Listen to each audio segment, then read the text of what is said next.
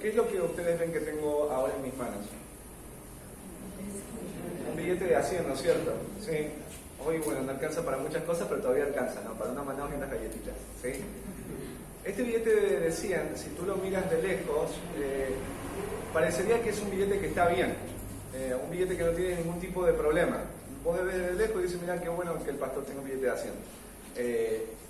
Pero sabes que si tú te acercarías a este billete y lo empezaras a ver de manera detallada y lo tocaras, ¿sí?, te darías cuenta que hay algo que está mal con este billete. ¿Y sabes cuál es el problema? Es que este es un billete falso, no es un billete verdadero. Ahora imagínate si yo voy con este billete falso, donde Roxana, o no donde Roxana, voy a un lugar y pago con este billete, ¿sí? En Ecuador, cuando una persona paga con un billete falso, no solamente agarran el billete y lo perforan, sino que la persona es expuesta a vergüenza, porque está entregando un billete que es falso. Y si esta persona no se hubiese dado cuenta, hubiese perjudicado a la persona que lo recibió, ¿no es cierto?, al comerciante o al cajero, ¿sí? Entonces, para no experimentar una vergüenza, un ecuatoriano, ¿qué tendría que hacer? O una persona, ¿qué tendría que hacer para no pasar por un momento tan incómodo, ¿no? Porque por ahí uno dice, no me di cuenta, pero la persona quizás no diga, no es que no te diste cuenta, vos me lo querías pasar, ¿sí? Ahora, si eso nos pasa con un billete, si una vergüenza temporal nos haría pasar un billete falso por no habernos fijado antes de ir a comprar, ¿cuánto más podríamos decir que sería peligroso morir e ir a la eternidad con una fe que no es verdadera? Morir e ir a la eternidad pensando que yo era un cristiano y realmente nunca lo fui. Bueno, si esto sucediera, si sucediera que yo voy a la eternidad con una fe falsa, no con un billete falso, sino con una fe falsa, yo no tendría que experimentar una vergüenza temporal, sino que bíblicamente la persona que no creyó experimentaría una vergüenza eterna, un dolor eterno y un terror eterno que nunca va a terminar, porque cuando uno muere no se terminan las cosas ahí. Sería buenísimo si después de la muerte la vida entera se acabara. Diríamos como Pablo, entonces comamos y bebamos, que mañana moriremos. Desperdiciemos nuestra vida, vivamos en pos de nuestros deseos, puesto que la vida se acaba acá en la tierra, no hay nada del otro lado, pero bíblicamente sabemos que no es así. Dios en su misericordia no quiere que nosotros pasemos por esa vergüenza, por ese terror, por ese dolor eterno. Y por eso nos ha dejado la palabra de Dios para que por medio de ella podamos palpar, podamos ver, podamos observar y examinar si realmente nosotros somos cristianos verdaderos. Para ver si realmente nosotros creímos en Jesús. Para ver si nuestra fe es un engaño o para ver si nuestra fe realmente corresponde a la verdad. Por eso hemos empezado nuestra nueva serie y tiene que ver con evidencias de una fe verdadera. La anterior semana vimos que una de las evidencias de la fe verdadera tiene que ver en relación al pecado. Y entendíamos que la fe verdadera o la persona que dice tener una fe verdadera no tiene comunión, no tiene una amistad con aquello que es pecaminoso, aquello que es chueco, aquello que está torcido, no es amigo de lo malo.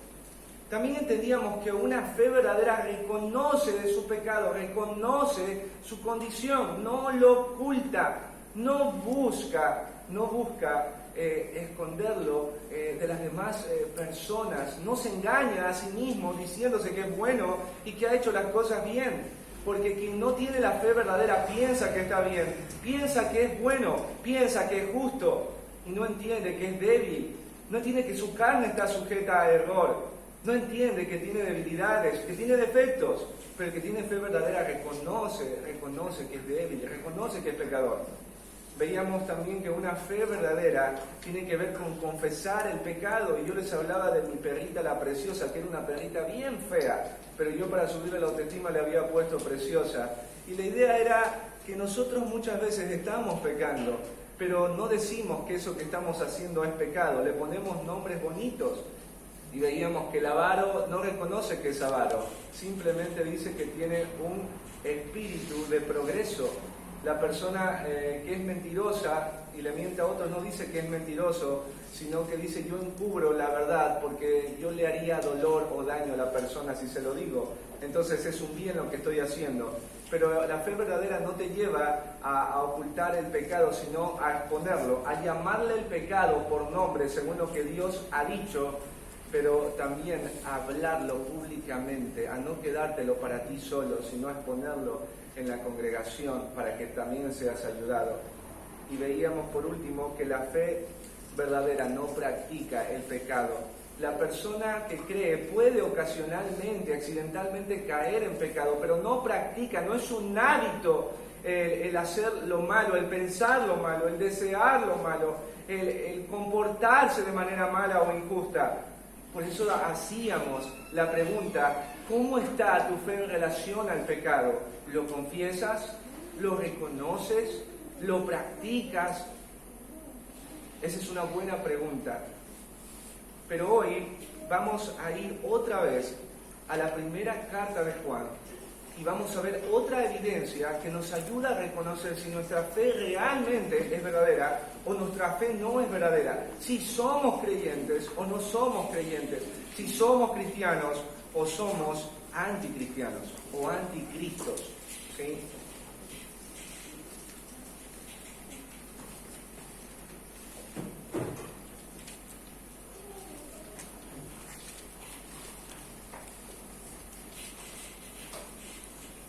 Vamos a leer capítulo 2, desde el versículo 3 al versículo 6.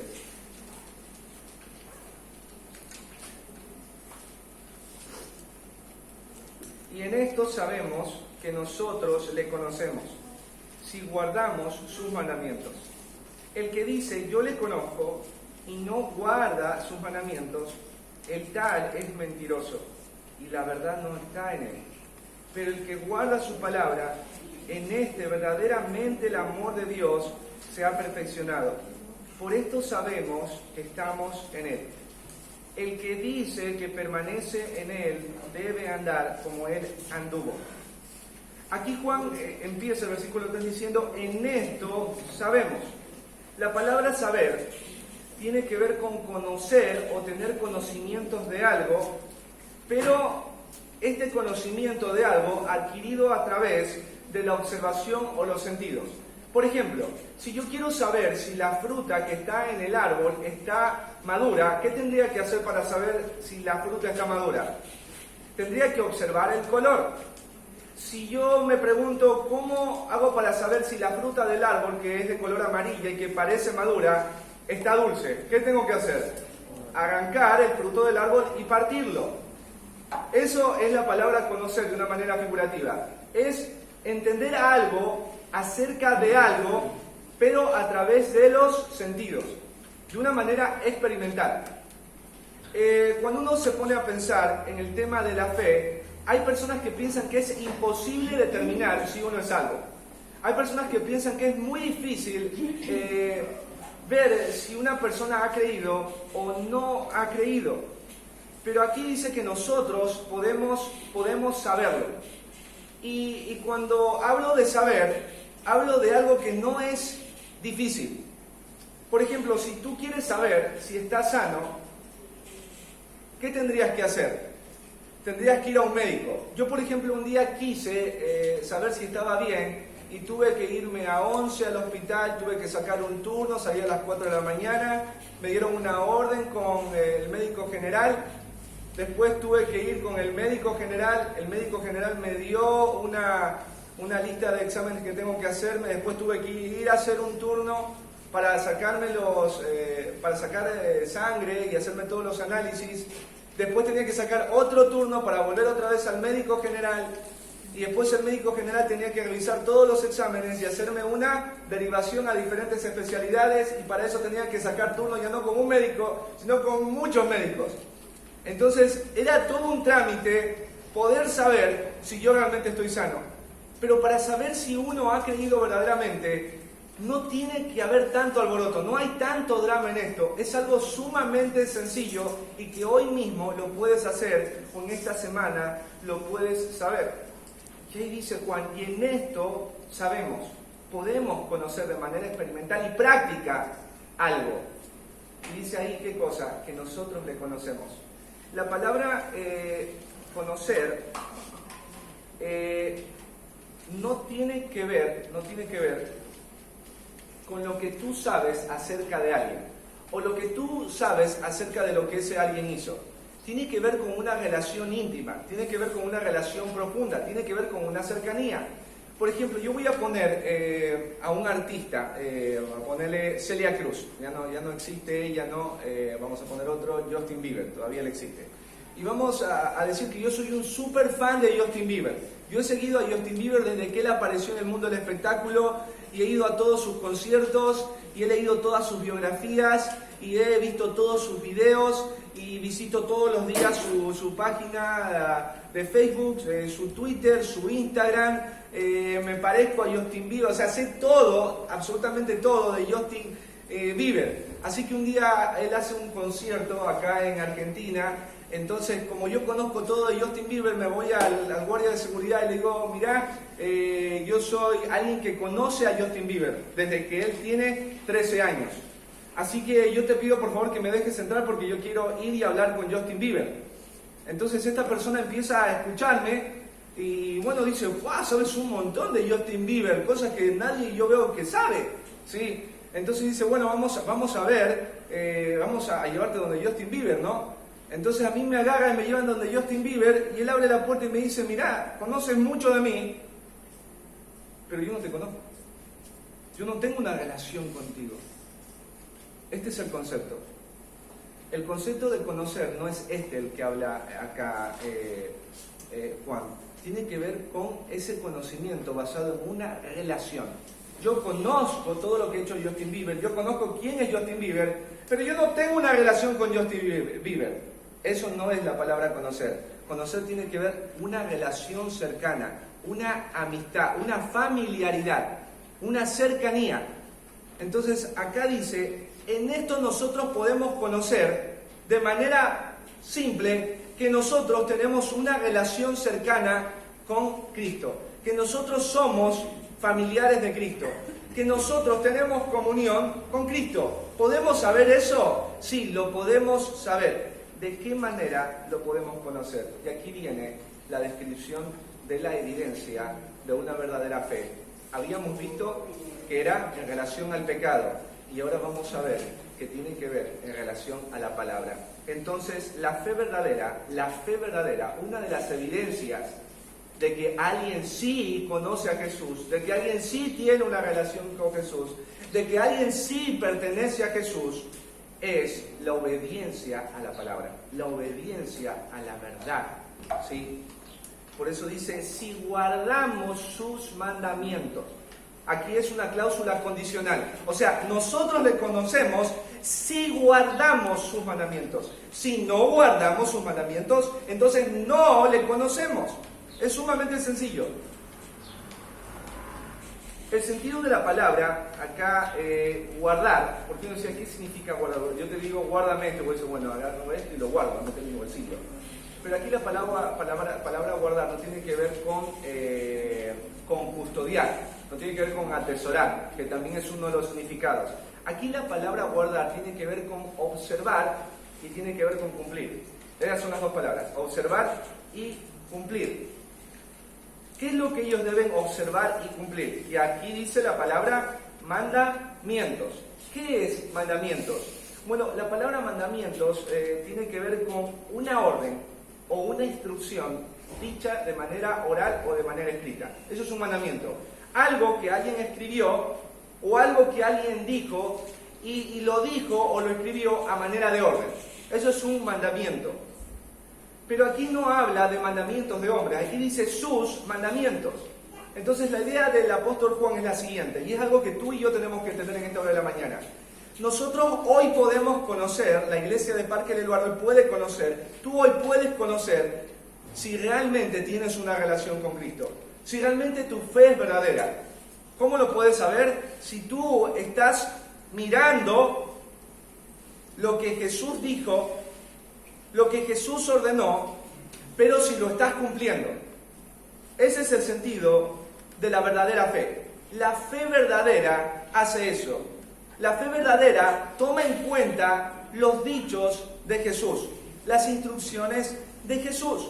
Y yo te expliqué, cuando empezamos esta serie, que Jesús habló a través de los apóstoles. Por eso en la carta de Primera de Timoteo es muy interesante ver cómo Pablo le dice a Timoteo que él ha recibido un mandato y lo ha recibido de Dios. Y uno se pregunta por qué en una carta personal, como la que le escribe Pablo a Timoteo, Pablo resalta o saca facha de su posición. Y no es porque Pablo quiera engrandecerse delante de Timoteo. Lo que Pablo quiere hacer es que Timoteo entienda que todo lo que le va a escribir en esa carta no viene de Pablo, viene directamente por un mandato de Dios. Y si es un mandato de Dios, ¿qué se espera de Timoteo? Que él lo obedezca, que él lo abrace. Entonces, la fe verdadera es aquella que se manifiesta cuando la persona que dice que ha creído escucha la verdad y la obedece. La obedece. Responde a la verdad expuesta.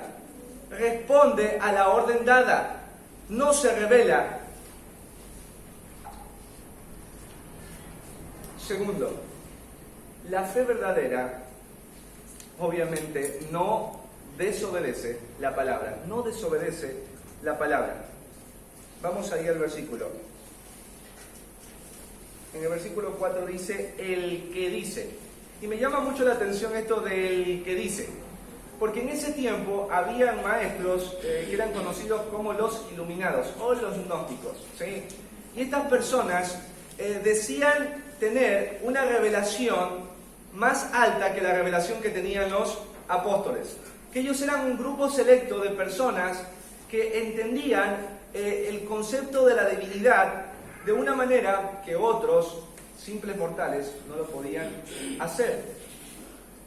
Y las cosas que ellos sabían no es que eran verdad, era un chamullo, era una mezcla de filosofía griega con emociones y misticismo. Pero ellos decían que eran cristianos, ellos decían que tenían fe, pero estaban creyendo el error y vivían en el error. Y yo te explicaba que una de las cosas que ellos creían es que tú podías hacer lo que quieras con tu cuerpo. Tú podías satisfacer los deseos pecaminosos de tu carne, pero esos deseos pecaminosos no corrompían tu espíritu. Ellos decían que tu carne en algún momento va a ser destruida y lo que se recibe es el espíritu que Dios limpió. Y como el espíritu está limpio y el cuerpo dejó de existir, entonces yo puedo hacer lo que quiera con mi vida o permitirme hacer cosas pecaminosas en esta vida. Total, en la vida que viene no afecta. Total, al espíritu no le afecta. Era una enseñanza que traía confusión y que podía ser un gran tropiezo para los que verdaderamente habían creído. Y como Juan es un padre en la fe para estas iglesias, como él es un padre que no quiere que la gente sea confundida o que los hermanos se pierdan de la verdadera enseñanza y de la verdadera fe, entonces Juan escribe esta carta y por eso dice el que dice, el que argumenta, el que proclama que es creyente, el que defiende que es miembro de una iglesia, el que dice que es un Jesus fan, un fan de Jesús, el que dice, ¿qué dice? Yo le conozco, otra vez, el que dice que tiene una relación conmigo, el que dice que es cristiano, el que dice que tiene vida eterna, dice, y no guarda sus mandamientos. O sea, la persona que dice que es creyente, pero dice que escucha la ley, escucha el mandato de Jesús, pero sale y sigue viviendo de la misma manera, ¿qué dice ahí? El tal, dice, es un mentiroso. La palabra mentiroso tiene que ver con un farsante, tiene que ver con un engañador, tiene que ver con alguien que no está caminando de manera recta, sino de manera chueca. Tal persona es un mentiroso. ¿Se acuerdan que esto ya lo habíamos leído y se parece al versículo de la anterior semana? Por ejemplo, el versículo 6 dice, si decimos que tenemos comunión con Él y andamos en tinieblas, nos relacionamos con el pecado, somos unos farsantes, somos unos engañadores, somos unos falsificadores. Pero acá es el mismo concepto. Si tú dices que eres creyente, si tú dices que realmente tienes salvación, pero no obedeces, no respondes a la palabra, haces lo que quieres al final del día, eres un engañador, eres un mentiroso, eres un farsante.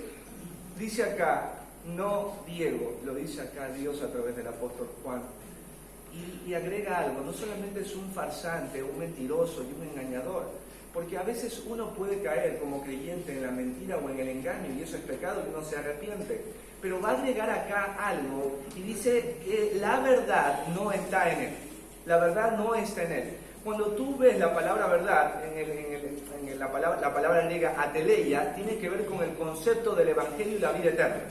O sea que la persona que no responde a la palabra de Dios, la persona que se guía no bajo los parámetros divinos, dice que es un engañador, un farsante que no tiene vida eterna, que no tiene el evangelio, que está condenado, que está perdido. Y esto es gravísimo. ¿Por qué es gravísimo? Porque estas personas, estos que dicen, están en la congregación, están en medio de los que han creído verdaderamente. Y Juan escribe esto para ayudar también a esas personas, tanto como hoy quiere ayudarnos a cada uno de los que estamos acá. Porque hoy es el momento de darte cuenta si realmente has creído. Y hoy haciéndote una prueba en relación a cómo estás respondiendo a la verdad y a la orden que Dios te ha dado. Es sumamente sencillo, es sumamente práctico. Hay personas que dicen tener comunión con Dios, que dicen haber creído, que dicen que son cristianos, pero no son guiados por la palabra de Cristo, no son guiados por la verdad. ¿Sabes por qué son guiados? Son guiados por sus preferencias. Estas personas, cuando deciden en la vida, deciden de acuerdo a lo que les gusta, deciden de acuerdo a lo que les conviene. Estas personas no van y piden consejo, estas personas no van a la palabra y se preguntan, Dios, ¿qué dices en cuanto a esto? La vida cristiana no es para vivir en estas cuatro paredes, hermano. O querido amigo, querida amiga, la vida cristiana es para que tú la vivas cuando tienes que decidir por un trabajo, cuando tú la tienes que decidir cuando vas a decidir con quién casarte, cuando tú vas a vestirte. Tiene que ver con todo de tu vida. Cristo no quiere ser el salvador de tu vida, quiere ser el Señor de tu vida. Hay personas que les encanta hablar de Jesús como Salvador, porque te rescató del infierno. Y déjame decirte algo y te pongo un ejemplo. Imagínate que tú te estás quemando, ¿no? En la casa y no puedes salir y llamas a los bomberos y el bombero Juan te rescató. Y vos estás agradecido al bombero Juan que te rescató porque pudiste haber muerto. ¿Sí? Pero el bombero Juan no va a tener ningún peso para desde ahí guiar tu vida. A ti no te va a importar el consejo, la palabra de Juan. Vos dices, Juan, todo lindo que me hayas salvado, pero esta es mi vida. Yo la voy a vivir de esta manera. Jesús no es un bombero que vino a rescatarte del infierno. Jesús es un Señor que espera que vos le rindas tu voluntad a Él. Porque algunos cristianos hacen eso con Jesús. Me voy al cielo. Soy salvado de la condenación eterna, pero vivo como quiero. Déjame decirte que eso es un terrible engaño. Jesús quiere ser Señor de tu vida, no solo tu Salvador, Él es Señor. Y si es Señor, entonces nos sujetamos a su voluntad. Entonces hay gente que va eligiendo en la vida o va decidiendo en la vida por sus preferencias. A mí me gusta, a mí me hace bien, lo hago. ¿Qué dice Dios de eso? ¿Qué dice Dios de lo que vas a hacer? ¿Qué dice Dios de lo que vas a escoger? O hay gente que toma decisiones no por la palabra de Dios, no obedeciendo la verdad de Dios, sino por las presiones. Diego, lo que pasa es que mi esposa, mi suegro, mis hijos me llevaron a tomar esta decisión. No, las presiones no deben de ser lo que a vos te guíe, tienen que ser los principios de la palabra, porque cuando sigues los principios de la palabra, vos estás revelando algo de quién verdaderamente eres. O hay otras personas que se guían por sus pasiones. Y cuando hablo tiene que ver con pecados. Pecados desde lo sexual hasta el pecado de la avaricia, el pecado de la codicia, el pecado de la mentira. Hay personas que deciden por sus pasiones, por sus deseos. ¿Sí? Saben que eso que van a hacer es pecaminoso, pero no les importa. No les importa, no les conmueve el corazón, porque realmente no han creído. Entonces, vemos esta realidad, y es una realidad ante la cual yo quiero que te hagas la pregunta: ¿qué es lo que guía tu vida? Cuando tienes que decidir, ¿cuál es el punto que determina esa decisión que vas a tomar? ¿Qué es el punto que regula tu trabajo, tu vida en el trabajo? ¿Quién la regula? ¿La regula tu preferencia? ¿La regula tu conveniencia? ¿O la regula Dios a través de su palabra? Porque nos encanta cuando Dios habla del cielo. Pero escúchame, la vida cristiana no se trata solamente del cielo. Se trata de vos viviendo desde acá la eternidad de la que un día vas a disfrutar. Por eso Dios se mete en toda tu vida. Se mete en tu vida como papá, como abuela, como suegra, como todo. Dios quiere todo. Él no quiere un poco de ti, Él quiere todo. Él no quiere un área de tu vida, Él quiere todo. Él no quiere obediencia en un punto, Él quiere obediencia en todo. Porque Él es Señor. Porque Él es Señor. ¿Qué es lo que determina hoy tu vida? ¿Qué es lo que guía tu vida? En las áreas, en cada área de tu vida. ¿Es la verdad? Sé sincero contigo mismo. No seas sincero conmigo, escúchame. Tú me puedes mentir a mí. Tú le puedes mentir a tu esposa, a tu esposo, le puedes mentir a tus hijos. Pero escucha, no le vas a poder mentir a Dios. Vuelvo a lo del billete. Si tú mueres, escucha, y tu fe es falsa, no hay más retorno. No hay más regreso. Ya no hay manera de arreglarlo. Hoy estás acá sentado por la gracia de Dios. Y hoy estoy también escuchando y he estudiado esto por la gracia de Dios, para que hagas cuenta de una realidad. Y es que si lo que guía tu vida no es la obediencia a la verdad, entonces eres un farsante, un engañador, un mentiroso que no tiene a Cristo en su vida. Por más que vos lo digas, por más que vos lo proclames. Y esto también es interesante porque es un momento para hablarle a los padres. Tú tienes que ayudarles a tus hijos a ver que la obediencia no es la razón por la cual se gana el cielo. Ustedes no saben el laburo que hacemos con la Gaby para enseñarle a la Luchi que ella no tiene que responder a la palabra para ganarse el cielo, sino que ella responde la palabra porque ya es del cielo. Tienes que ayudar a tus hijos a ver esa verdad, porque no quieres que tus hijos se pierdan. Y mientras los tengas bajo tu techo, vos tienes que estar ahí, estorbándoles, molestándoles. Yo creo que de eso podríamos aprender de las moscas. ¿Vieron las moscas de verano? Qué molestosas que son. Así deberíamos ser los cristianos, molestosos con las verdades de Cristo, a nuestros hijos, a los que amamos. Pero sí te quiero hacer de vuelta la pregunta: ¿quién guía tu vida? ¿Son las presiones? ¿Son las preferencias? ¿Son las pasiones? ¿Son las tradiciones de tu casa? ¿Son tus conveniencias? ¿Qué es? ¿Es la verdad? Porque escúchame, esto de guiarte por la verdad no es fácil. ¿Se acuerdan de Sadrach, Mesach y Abednego? ¿Sí? ¿Qué les pasó a estos queridos muchachos? Ellos tenían que hacer algo sumamente básico. ¿Sí? Nabucodonosor había erigido una gran estatua y Nabucodonosor dijo: voy a poner una música y yo lo que espero es que todos los del reino se arrodillen. Nada más, solo tienen que arrodillarse. ¿Y qué hizo Sadrach, Mesach y Abednego? Ellos estaban así paraditos.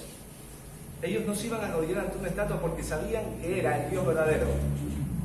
Ahora, ¿qué pasaba si ellos obedecían lo que Dios había revelado? ¿A dónde iban a ir? Iban a ir al horno de fuego. Porque la obediencia no se trata de si va a ser bueno o va a ser malo, si me conviene o no me conviene, no. ¿Qué ha dicho Dios en la palabra? ¿Y qué vas a hacer tú al respecto? No si tu entorno es agradable para hacerlo, no. ¿Qué ha dicho Dios en la palabra y qué vas a hacer? Entonces Nabucodonosor habla con estos hombres y dice: oh rey, en esto no hay discusión. Nosotros no vamos a arrodillarnos. No vamos a arrodillarnos. Y los metieron en el horno de fuego. Esa es obediencia. Ellos no estaban ahí para a través de esto demostrar que son israelitas. Ellos estaban haciendo esto porque realmente habían creído. Entonces, la fe verdadera obedece la palabra. Lo contrario, la fe verdadera no desobedece la palabra. Vamos a ir un ratito al Salmo 50 para ver una descripción, agregando lo que estamos enseñando. Gracias por el vasito de agua.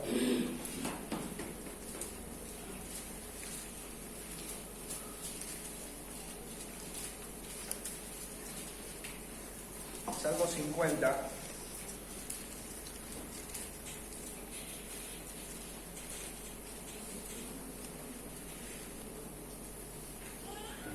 Versículos 16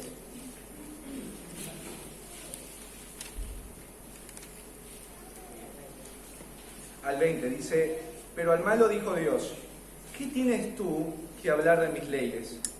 ¿Y qué tomar mi pacto en tu boca? En otra versión dice: ¿por qué tú estás hablando o predicando acerca de mis mandamientos?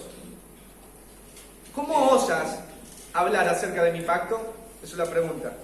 ¿Y por qué está haciendo esta pregunta? ¿Por qué está diciendo esto?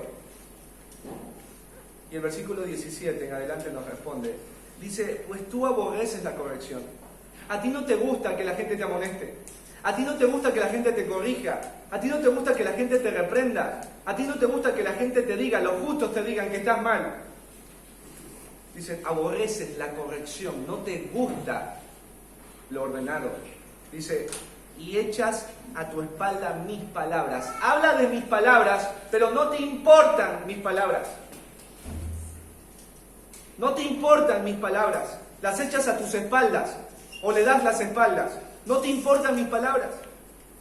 Dice: si veías al ladrón, tú corrías con él. Hablabas de mis palabras, pero vos robabas. Y con los adúlteros era tu parte. Hablabas mi palabra, hablabas de mi pacto, pero en tu corazón había abominación. En tu comportamiento había abominación. Dice: con los adúlteros era tu parte. Estabas haciendo también lo mismo que hacen los adúlteros. Tu boca metías en mal. Dice: y tu lengua componía engaño. Tomabas asiento y hablabas contra tu hermano. Contra el hijo de tu madre ponías infamia, hablando del falso testimonio, hablando del engaño, de la corrupción para ganar algo para sí mismo. Por eso le dice: ¿tú qué tienes que andar hablando de mí? ¿Qué tienes que andar hablando de mis palabras? Si a ti no te importan mis palabras, si a ti mis palabras no te mueven a nada, no te cambian nada, no te llevan a decidir nada, y aparte de eso te conducen a hacer lo malo que otros hacen. Aquí podríamos decir de la siguiente manera: haces la hora silenciosa, vienes al culto, pero sigues echando tus palabras, mis palabras las sigues echando detrás de tus espaldas. No te importan mis palabras, porque al final, cuando llega la semana, haces lo que vos quieres. Y cuando haces lo que vos quieres, siempre es malo. Siempre es malo. Es el mismo concepto. Mirá, al malo dijo Dios. Al malo dijo Dios: el que dice, yo le conozco, y no guarda sus mandamientos. El que dice que es creyente y tiene comunión con Dios, pero no le importa lo que Dios dice, al final decide él por lo que le conviene, por lo que prefiere, por sus pasiones. Es un engañador, un farsante. El Evangelio no está en su alma. Vamos otra vez a volver a Primera de Juan.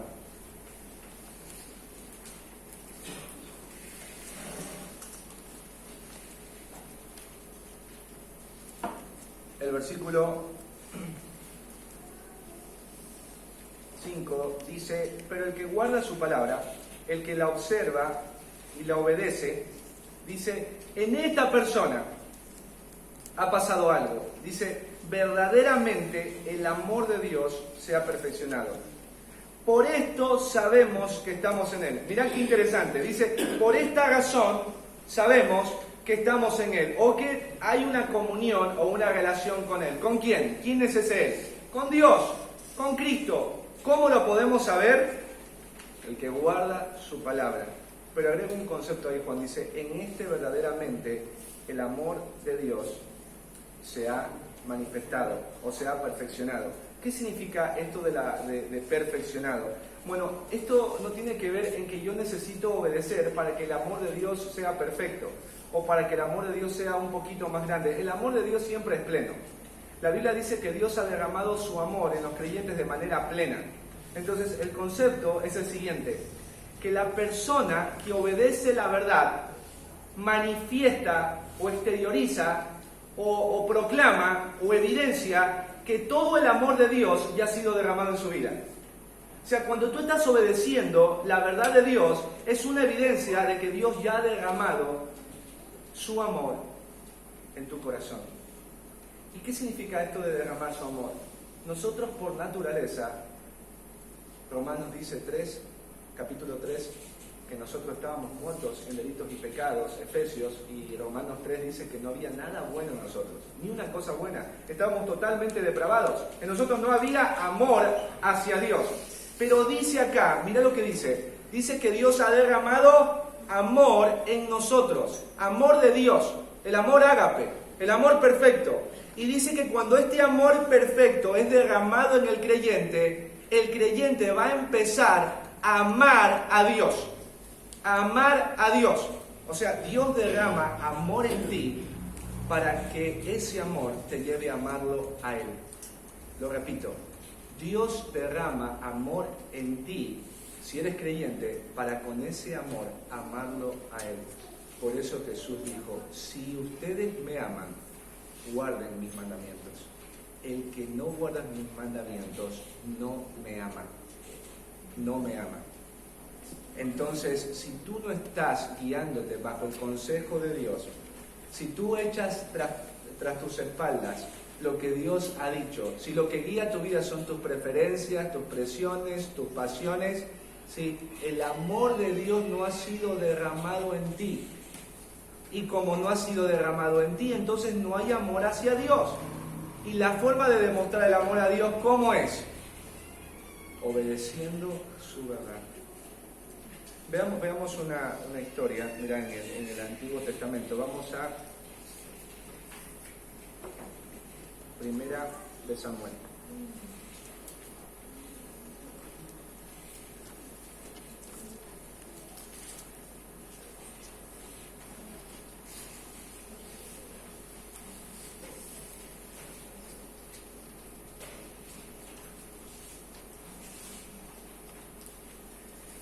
Sí, capítulo 15.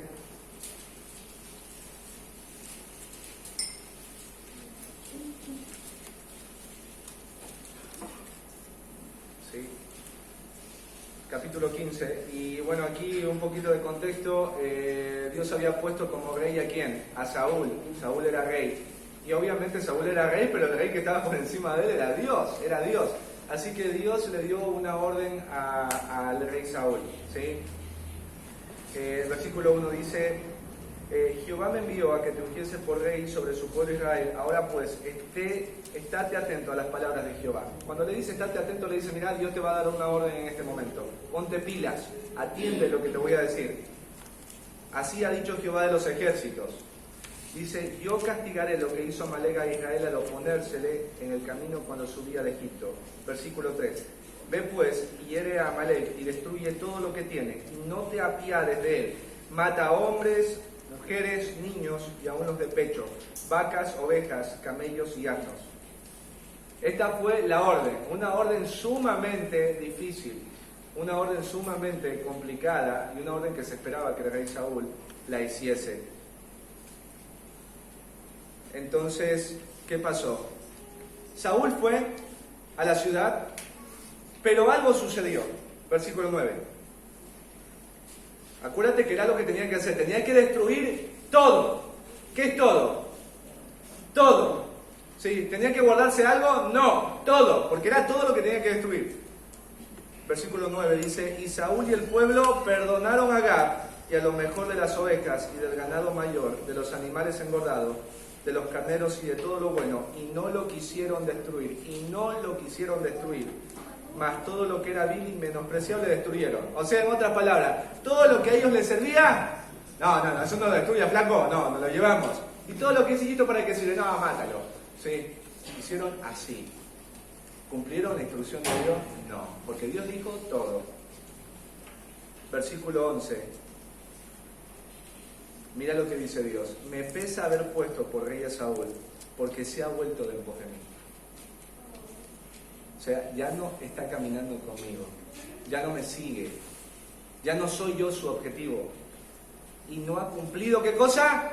Mis palabras. ¿Por qué dice, ya no está conmigo? Porque no ha cumplido sus palabras. O sea, acá podemos entender que si él cumplía sus palabras, es porque estaba en pos de Jehová. Y si no cumple sus palabras, es porque ya no está en pos de Jehová. Y dice, y se apesadumbró Samuel y clamó a Jehová toda aquella noche. Entonces va Samuel al lugar donde está Saúl. Y mirá lo que dice el versículo 13. Mirá lo que dice Saulito. Dice, vino pues Samuel a Saúl y Saúl le dijo, bendito seas tú de Jehová. Yo he cumplido la palabra de Jehová. Acá estaba el otro sacando pecho de que había cumplido la misión de Dios. Él estaba bien. Incluso te está saludando. Dios te bendiga. Podríamos ponerla acá. Dios te bendiga, Samuel. He cumplido lo que Dios me mandó. Entonces Samuel dijo, pues qué balido de ovejas y bramido de vacas es este que yo oigo con mis oídos. Entonces es como que lo que le estaba diciendo Saúl no concordaba con lo que él estaba escuchando. Porque dice, ¿y esas ovejas que yo estoy escuchando? Yo estoy escuchando acá sonido de ovejas. Yo estoy escuchando acá bramido de vacas. ¿Qué es eso? Y ahí, bueno, le dicen, nosotros no matamos a todo, ni a todos, sino que perdonamos la vida al rey Agab y también perdonamos la vida de las ovejas y de las vacas. Y mirá lo que dice el versículo 18. Dice, Jehová te envió en una misión y te dijo, ve y destruye a los pecadores de Amalek y hazles guerra hasta que los acabes. Le dice, Dios te dio una instrucción. Dios te dijo que los acabes, que destruyas todo. Versículo 19. ¿Por qué pues no has oído la voz de Jehová, sino que vuelto al botín has hecho lo malo ante los ojos de Jehová? ¿Por qué no has hecho lo que tenías que haber hecho? El versículo 20. Y Saúl respondió a Samuel, no, antes bien yo he obedecido la voz de Jehová. Mirá el engaño de este hombre. Y fui a la misión que Jehová me envió. Y he traído a Agab, rey de Amalek, y he destruido a los amalecitas. Y después agrega que todo lo que han traído, las ovejas y las vacas, son para ofrecer sacrificio a Jehová, Samuel. Sí, son para Jehová tu Dios que trajimos esto. ¿Y cuál es el punto acá? Versículo 22 y 23. ¿Se complace Jehová tanto en los holocaustos y víctimas como en que se obedezca las palabras de Jehová? Ciertamente el obedecer es mejor que los sacrificios y el prestar atención que la grosura de los carneros. Porque como pecado de adivinación es la rebelión y como ídolos e idolatría la obstinación. Acá le está diciendo en otras palabras, ¿quién es qué cosa? O cómo se ve el pecado que cometió Saúl. Dice rebelión y lo mismo que la idolatría y lo mismo que la hechicería es lo que Saúl ha hecho. Dice, por cuanto tú desechaste la palabra de Jehová, Él también te ha desechado para que no seas rey. Mirá qué interesante esta historia. Este hombre engañado dice, yo estoy cumpliendo la voluntad de Dios. Y le dice Samuel, es mentira, porque Dios te dio una instrucción y vos no la hiciste. Está buscando sacrificar a Dios cuando la palabra de Él no es tan importante como la tuya. Yo quiero poner énfasis en esto. Tú puedes estar haciendo grandes sacrificios en el servicio a Dios. Puedes venir acá y de verdad hacer todo un sacrificio en medio del calor y en medio del sol. Pero Dios no se complace por esos sacrificios. Dios se complace cuando en la semana tú dices, aunque me duele, aunque me cuesta, aunque no me parece, yo voy a seguir, Señor, tu palabra y tu voz, porque tú eres mi Dios. A Dios le importa cómo tú respondes a su palabra, no a lo que tú haces para Él. Por eso hay personas que están muy engañadas en las iglesias, porque hacen tanto para Dios, que piensan que por hacer tanto para Dios, no están mal con respecto a Dios, o están lejos de Dios. como Saúl. Él pensaba que estaba bien, escucha, él pensaba que estaba bien, porque dice, no, yo traje todo esto para hacer sacrificios a Jehová Dios. Y Dios le corta el rostro a través del profeta Samuel. Le dice, Dios no quiere sacrificios. Él no se complace en los sacrificios, sino en que su palabra sea obedecida. Y él fue desechado como rey. Pero acá el punto de la predicación no es que vamos a ser desechados como hijos de Dios. El punto aquí es que si uno desecha la verdad de Dios, si lo que Dios ha dicho no te mueve a nada en la semana, no te mueve a un cambio como padre, no te mueve a un cambio como mujer, no te mueve a un cambio en tu trabajo, no te mueve a un cambio como hijo, no te mueve a un cambio como nuera, no te mueve a un cambio como suegra, no te mueve a un cambio, entonces no quiere decir que Dios te desecha como hijo, sino que simplemente hay una manifestación de que no lo eres. Alguien diría, Diego, pero ¿quién obedece perfectamente? Yo no te hablo de la obediencia perfecta. Obediencia perfecta no creo que la hay porque somos pecadores. Pero hablo de esa obediencia sincera, esa obediencia que lucha, esa obediencia que lleva a hacer lo que hay que hacer a pesar de todo.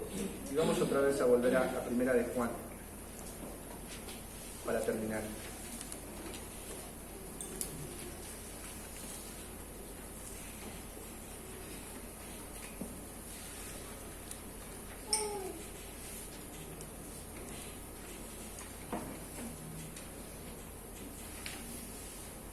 El versículo 6 termina la idea diciendo Juan, el que dice que permanece en él debe andar como él anduvo. El que dice que pertenece o está en Cristo, el que dice que verdaderamente ha creído, ¿cómo lo demuestra? Dice, la idea es de caminando, ¿sí? Andando, andar como él anduvo. ¿Qué significa la palabra andar? Significa comportarse, tener la misma actitud, vivir en la misma línea, en el mismo comportamiento, en la misma actitud de ¿quién? De él, hablando de Cristo.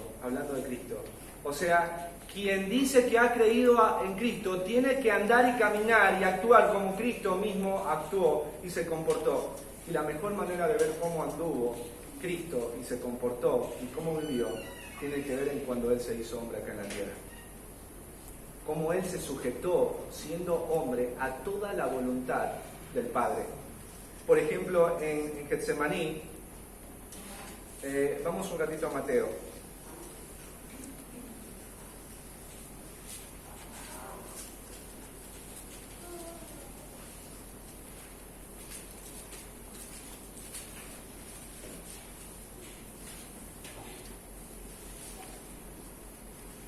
Capítulo 26.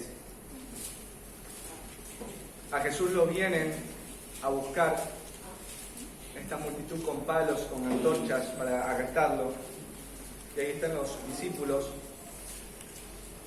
Y obviamente hubo un discípulo que no se quedó quieto y que hizo algo. Y es el famoso Pedro. El 51 dice, pero uno de los que estaban con Jesús, extendiendo la mano, sacó su espada e hiriendo a un siervo del sumo sacerdote le quitó la oreja. Así nomás. Entonces Jesús le dijo, vuelve tu espada a su lugar, porque todos los que tomen espada, a espada perecerán. Y mirá la pregunta. ¿Acaso piensas, Pedro, que no puedo ahora orar a mi Padre y que Él no me daría más de 12 legiones de ángeles? ¿Crees, Pedro, que no puedo manejar y controlar esta situación y que yo en este momento no podría defenderme? Mirá el 54, es una expresión tan tierna. Mirá, dice, pero ¿cómo entonces se cumplirían las Escrituras de que es necesario que así se haga? ¿Cómo entonces se cumplirían las palabras del Padre? Esa es la obediencia, esa es la manera en que Jesús anduvo toda su vida. Él podía haber hecho otra cosa, Él pudo haberse defendido, pero Él dijo cuál es la voluntad del Padre, y la voluntad del Padre es que Él se entregue. La voluntad del Padre es que Él se entregue, que Él vaya hacia la muerte. Vamos a ver en Getsemaní. Vamos a Lucas, versículo 22.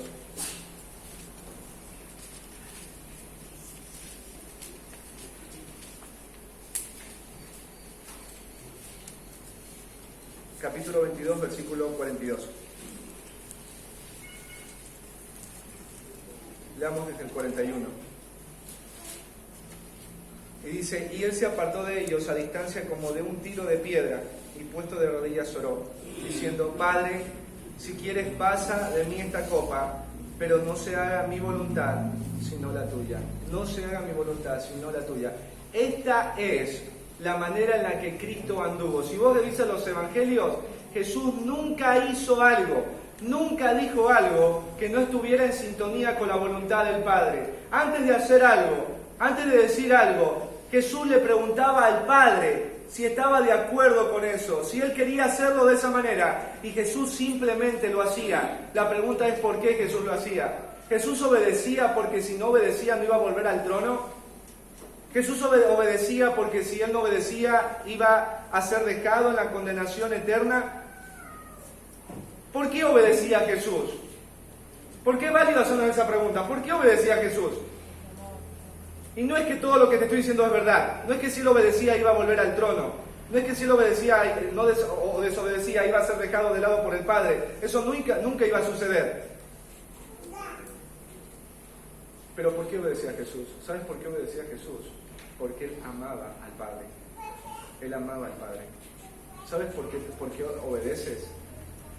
Hay personas que obedecen por esto. Hay personas que le han dicho lo siguiente. Tienes que obedecer porque si no obedeces te va a partir un rayo cuando estés caminando. Entonces la obediencia, ¿por qué está movida? Por el castigo. Obedezco porque si no me castigan. Pero está la otra, la obediencia, que también es mala. Si tú obedeces, yo te compro la Play 4.0. ¿Sí? ¿Desde cuándo empiezo? También es una obediencia mala. Las dos son obediencias hipócritas. Son mentirosas. Porque la obediencia, ¿qué la mueve? El castigo. ¿Y la mueve? ¿Qué cosa? La recompensa. Ah, Dios, tú me vas a recompensar si hago, me va a ir bien si hago así. Ah, entonces lo hago. Ah, si no hago esto, Dios, ¿me va a pasar algo malo? Sí, bueno, entonces lo voy a hacer. No, ¿sabes cuál debería ser la obediencia de quien verdaderamente creyó? Dios, te amo tanto y eres lo primero en mi vida y yo te lo voy a demostrar haciéndolo porque yo, Señor, te amo. No porque hay castigo, no porque me va a ir bien, no, Señor, simplemente te amo. Enviaste a Jesús a morir por mí en la cruz. Diste a tu único hijo. Jesús fue traspasado, dio su cuerpo, dio su sangre y envió a su Espíritu Santo para habitar en nosotros. ¡Cuántos regalos! ¡Cuánta gracia! ¡Cuánta misericordia! Te obedezco, Dios, porque te amo. Esa es la única razón. ¿Por qué te amo? Porque te amo. Aunque me vaya mal si obedezco, igual lo hago porque te amo. Señor, obedezco y no quiero el premio, pero lo obedezco porque te amo, porque te amo. Eso fue lo que movió a Cristo a hacer todo, porque Él amaba verdaderamente al Padre. Y por eso acá Juan cierra la idea diciendo, sí, el que dice que le conoce tiene que andar como Él anduvo, tiene que obedecer de la misma manera que Jesús obedeció. La obediencia de Jesús no estuvo determinada por su entorno. Él no dijo, yo obedezco porque el entorno donde vivo es fácil, es lindo el entorno. No. La obediencia de Jesús no tuvo que ver por sus necesidades. Cuando estuvo en el desierto 40 días y 40 noches y el diablo le dijo, convierte las piedras en pan, Jesús que dijo, no lo voy a hacer, no lo voy a hacer. Prefiero morir de hambre que tener el estómago lleno, pero no haciendo lo que Dios me ha pedido. La obediencia de Jesús no estuvo determinada por el dolor o por la tragedia.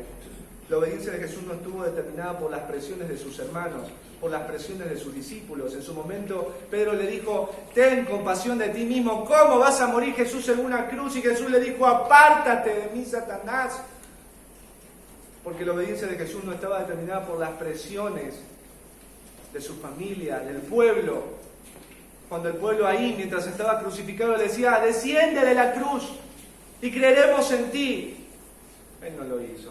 No lo hizo, porque sabía que estaba en el lugar correcto, porque esa era la voluntad del Padre, y punto. Y se sometió a ella. El amor, escucha, el amor a Cristo sin obediencia es una farsa. El amor a Cristo sin obediencia es hipocresía. El amor a Cristo sin obediencia es pecado. El amor sin obediencia a Cristo es la manera básica de decirle al mundo que tú eres un falsificador, un engañador y que la verdad no está en ti. No está en ti. Para cerrar, lo que guía tu vida es la voluntad de Dios. Diego, pero me duele lo que Dios me quiere llevar a hacer. No te pregunto si te duele, sino quién es Dios en tu vida y si le amas. ¿Qué es lo que mueve tus decisiones? ¿Lo que quieres, lo que piensas o lo que sientes? Porque a veces lo que sientes es tan fuerte que terminas haciendo porque lo sientes, porque lo prefieres. ¿Obedeces solo cuando las cosas son fáciles, cómodas o a tu gusto? Porque hay gente que sí obedece, pero obedece cuando es fácil obedecer. Pero cuando ya se comienza a complicar en la casa, en el trabajo, en la vida, no obedeces. ¿Obedeces? ¿Eres de los que un día obedecieron pero ahora ya no lo hacen más? ¿Viste como que la Luchi yo le diga, Luchi, por favor arregla tu cuarto? Pero papá, si ya lo arreglé hace 3 semanas. No, Luchi, hacelo hoy también. Hay gente que dice, pero si yo antes lo hice. ¿A quién importa el antes? Lo que Juan está marcando es que la evidencia de la fe es una continua obediencia a la verdad. Una continua obediencia a la verdad. Otra vez, una continua obediencia a la verdad. Lo hago hoy, lo hago mañana, lo hago el mes que viene, porque el amor de Dios ha sido derramado en mí y porque yo le amo. Y a veces uno falla, pero uno se levanta y sigue, porque uno sabe no solamente que la obediencia es el camino correcto, sino que uno quiere amar y agradar a Dios. Pero quizás estés ahí preguntándote, porque yo me hacía la misma pregunta: ¿cómo puedo andar como Jesús andó? ¿No es cierto? Si Jesús, Diego, es perfecto, Él es Dios. ¿Cómo yo puedo andar como Él anduvo? ¿Sabes por qué? Por una verdad que está en el Antiguo Testamento y se expresa de una manera divina, ¿sí? y muy clara en el Nuevo Testamento. Vamos a Ezequiel 36:27.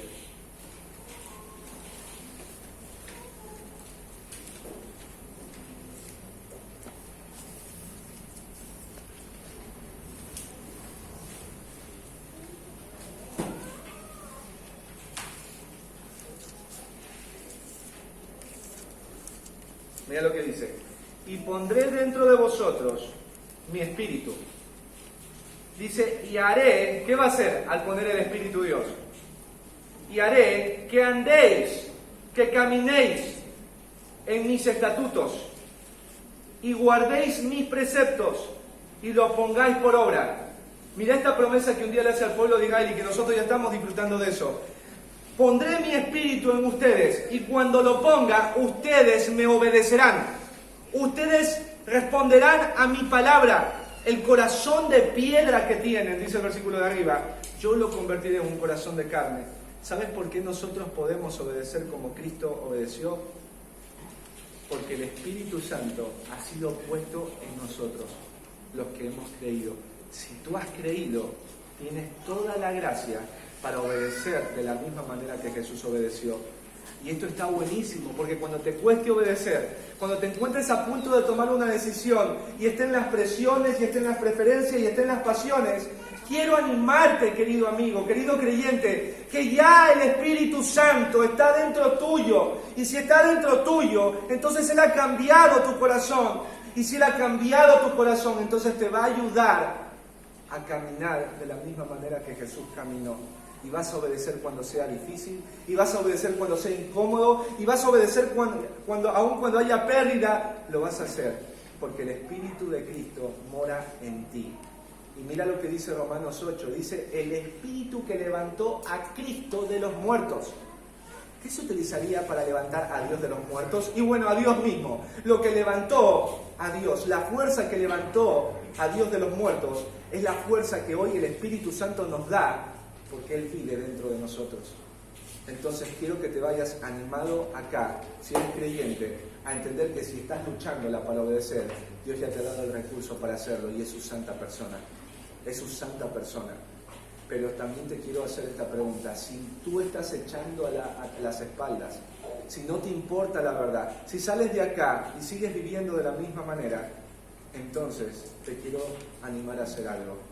Y es hacerte la pregunta si realmente creíste. Porque dice, el que dice que tiene comunión con Él y no guarda sus mandamientos, es un engañador, un farsante, un falsificador que no tiene vida eterna. Te animo esta semana a hablar con tus hijos. Si vos ves que tus hijos continuamente, los chiquis, las bendiciones, están a cada momento pecando en una misma cosa, bueno, tienes que ir a las bendiciones y abrirle la palabra y contarle lo que hoy estás aprendiendo, porque tus bendiciones se te pueden ir al infierno. Tus bendiciones van a experimentar un día la condenación eterna. Porque hay padres que dicen, bueno, yo sí estoy haciendo lo que tengo que hacer. Bueno, evalúate un poquito más. Pero escucha, nuestros hijos se están perdiendo. David Santander, cuando era la época de los pre, decían que los pre iban a conquistar prácticamente la matanza porque hacían cosas tan lindas. Y hoy muchos de esos pre ya ni están, tan lejos. ¿Y por qué? ¿Porque son salvos? No, porque nunca lo fueron. Porque vos pensaste porque participó en Niños en Acción, porque fue a jóvenes involucrados, porque viene a la pijamada, vos crees que es salvo. Escúchame, si se te muere, frente a estas evidencias, ¿cómo está tu hijo? Ayuda a tus hijos, jóvenes de la iglesia. Ayer fueron a un picnic, pero los jóvenes de la iglesia no vienen a la oración. Los jóvenes de la iglesia tienen amigos inconversos. Los jóvenes de la iglesia ven cosas mal en internet, en el YouTube, pero ellos son salvos, pero ellos están bien. Preocupate por tus hijos, preocupate por tu salvación, porque hoy es el tiempo, y por eso Dios, antes de comenzar el año, quiere hacernos sentar a todos para evaluar nuestra fe, porque todo lo que pasa este año depende de eso, si eres verdadero o eres falso. Si no eres verdadero, lo mismo de siempre, hay que estarte empujando para que hagas las cosas para el Señor. Hay que estarte empujando para que cambies. Porque cuando no hay salvación, no va a haber fruto. Por un tiempo te enganchas y después vuelve lo mismo.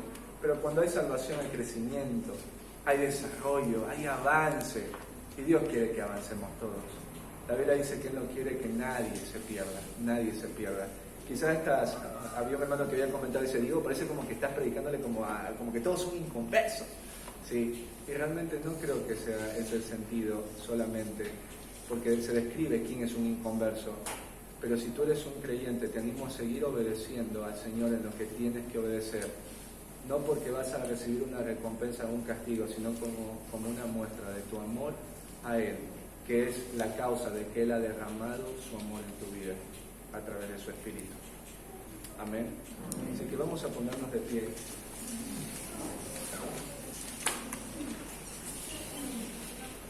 Voy a cerrar tus ojos y te pido de verdad que te tomes este tiempo así chiquitito para que puedas evaluar cómo estás con respecto a la palabra. La anterior semana te hice pensar en cuanto al pecado.